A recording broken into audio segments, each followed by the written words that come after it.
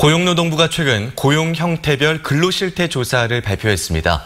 이 최저임금이 인상되면서 저임금 노동자의 비중은 줄고 또 노동자 간의 임금 격차가 줄어들었다고 하는데요. 네, 우리 지역에서는 최저임금 인상이 노동자들에게 어떤 영향을 미쳤을까요? 광주광역시 비정규직지원센터 정찬호 센터장과 말씀 나누겠습니다. 안녕하십니까? 예, 안녕하세요. 네, 안녕하십니까? 먼저 광주시 비정규직지원센터도 최저임금 인상과 관련한 실태 조사를 했었죠. 예. 조사가 어떻게 진행이 됐었습니까? 최저임금에 대한 사회적 공방이 많지 않습니까? 예. 그래서 저희 센터에서 이런 최저임금 인상이 네. 노동자와 회사 측에 어떤 영향을 미치는지 그 실태를 파악해 보기 위해서 올 2월 중순부터 3월까지 진행을 하였습니다. 네.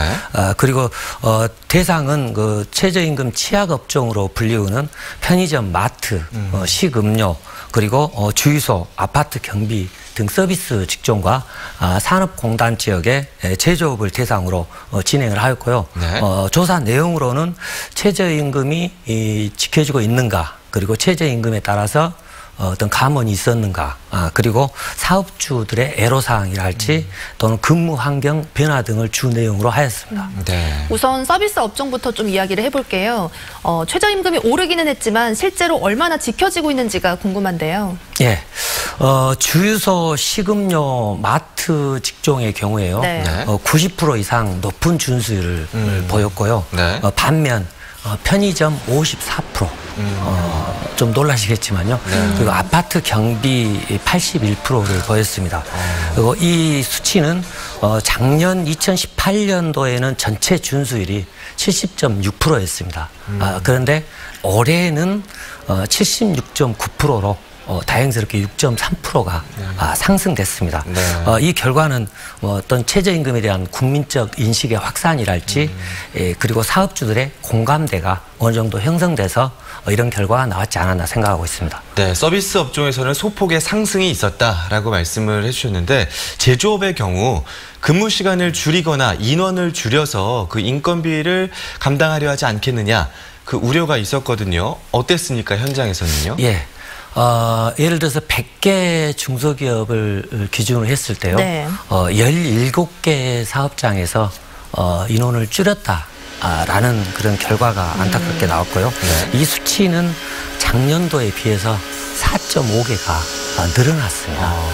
어떻게 보면 지금 제조업 경기 불황의 여파가 최저임금 인상과 맞물려서 작용한 것이 아닌가 그런 생각을 갖고 있습니다. 네. 그러면 이 노동자들의 실질 급여와 또 기업들의 경영 상태에도 어떤 변화가 있었는지 얘기해 주시죠. 실질 급여 같은 경우에 네. 저희들이 조사한 바에 따르면 제조업 노동자들이 1에서 5% 정도 인상이 됐다라고 답변한 노동자의 비율이 32%였고요. 네. 그리고 6에서 10% 정도 인상됐다라는 비율이 35.4%로 나왔습니다. 네. 최저임금만 놓고 봤을 때 10.9%가 인상이 된다. 물론 이제 제조업이 최저임금 이상의 임금을 갖고 있었다라고 한다면 네. 이보다 더 높게 나왔겠지만 그렇지 않고 최저임금 정도 수준의 기준이었다라고 한다면 최저임금 미달로 예상이 됩니다. 네, 그렇군요. 또 최저임금 인상의 속도 조절이 필요하다라고 해서 그 결정 체계를 다시 만들자는 법안이 또 국회에 상정이 돼 있습니다. 최저임금 제도 어떻게 개선돼야 한다고 보십니까?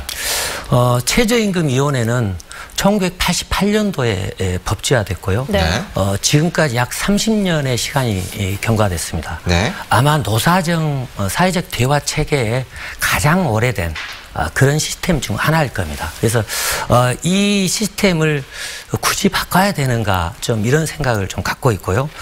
그리고 최저임금 문제는 재벌 중심의 이런 경제 문제에서 많이 비롯되기 때문에 이 재벌 중심의 사회를 어떻게 경제 민주화 시킬 것인가 이 문제가 우선돼야 한다고 생각을 하고 있고요. 네. 그다음에 이제 각종 그 중소 영세 소상공인 지원 대책이 많이 이야기가 되고 있습니다. 근데 예. 실제 이것이 법제화돼서 진행되는 것은 거의 없습니다. 그래서 이런 부분들이 먼저 좀 완료가 된 후에 속도 조절이랄지 이런 것들이 나와야 될 것 같고요.